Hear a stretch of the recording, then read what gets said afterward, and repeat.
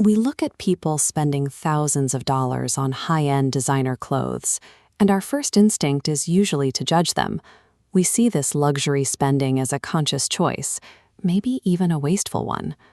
Then we look at the other extreme. When someone obsessively clips coupons and refuses to spend a single unnecessary dime on themselves, we quickly label them as cheap or stingy.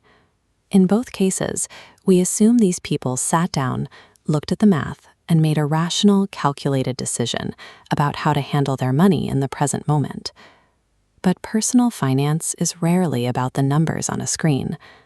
Our adult money decisions are often just echoing reflections of experiences we had long before we opened our first bank account. Think of it like a biological blueprint. Just as your physical genes dictate your eye color or your height, you possess a hidden code that dictates your entire worldview regarding money.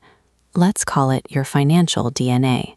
This code runs quietly in the background, determining exactly how you subconsciously view, spend, and save every dollar that comes your way today. And you didn't write it. The primary authors of this code were your early childhood environment, your general upbringing, and the specific ways you watched your parents handle stress and success.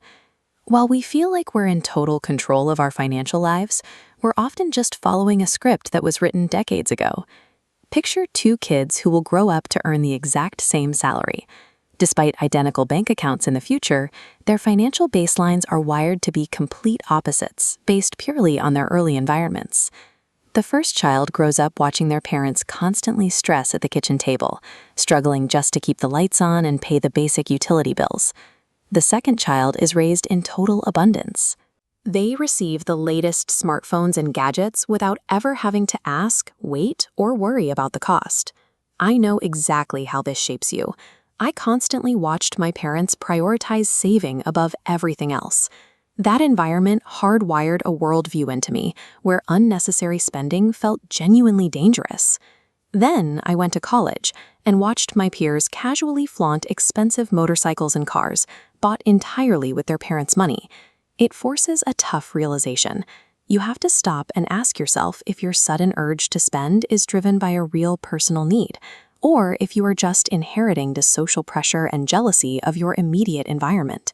This brings us to a pair of behavioral science concepts known as recency bias and negativity bias. Simply put, human brains give massive, disproportionate psychological weight to bad experiences. Imagine a child watching their parents lose everything during a market crash. That trauma leaves a permanent mark. Because of those ghosts, their adult brain becomes heavily wired to fear investing. The emotional memory of loss overrides logical thought. And here is the tragic irony. You can present that adult with decades of hard mathematical data proving that long-term investing yields massive wealth. They will still refuse to participate. By clinging to the defensive strategies of our youth, we often lock ourselves out of the growth we actually need to build long-term wealth. If our financial habits are pre-programmed by our early memories, are we doomed to repeat those patterns forever? To rewrite the code, we first have to dismantle the childhood fantasy of wealth. Growing up, we are taught that success means outward materialism, brand names, and expensive toys. The reality is usually quite different. The adult driving that exact dream car is frequently suffering from chronic stress, lying awake at night burdened by crushing monthly loan payments. Now, compare that heavily stressed individual to someone driving a completely average older car, but who lives a completely debt-free life.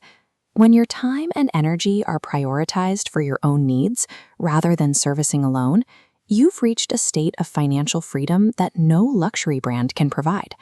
Real wealth is having complete control over your daily choices. The first practical step to breaking your financial cycle is finding your personal turning point. You have to stop and honestly ask yourself why you are chasing money in the first place. Look closely at your motives. Are you trying to prove your worth to the kids you grew up with, or are you desperately trying to buy the safety you lacked in your childhood home?